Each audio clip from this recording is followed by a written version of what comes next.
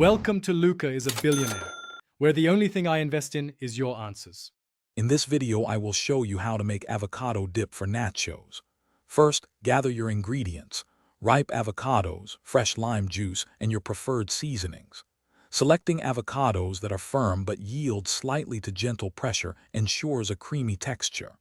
The fresh lime juice is crucial.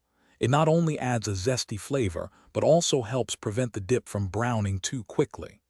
This simple combination forms the delicious base for your perfect nacho topping. Now let's get mashing.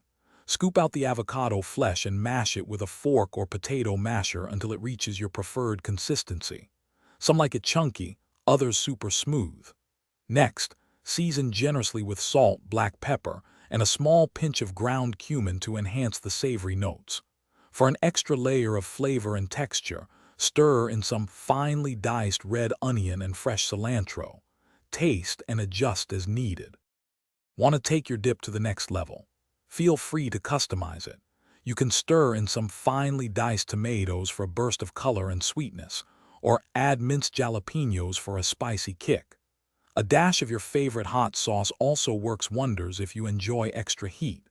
Once your dip is perfectly seasoned and mixed, serve it immediately with a generous pile of warm tortilla chips or as a topping for your favorite nachos. Enjoy!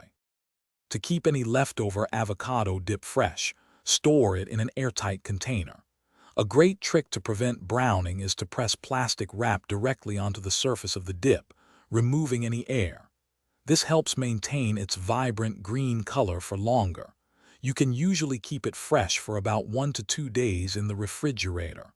Also, for those looking to simplify their meal prep, check out the link in the description for some fantastic leak-proof containers and other great deals. Thanks for watching. Thanks for watching and please subscribe. It's the best investment you'll ever make.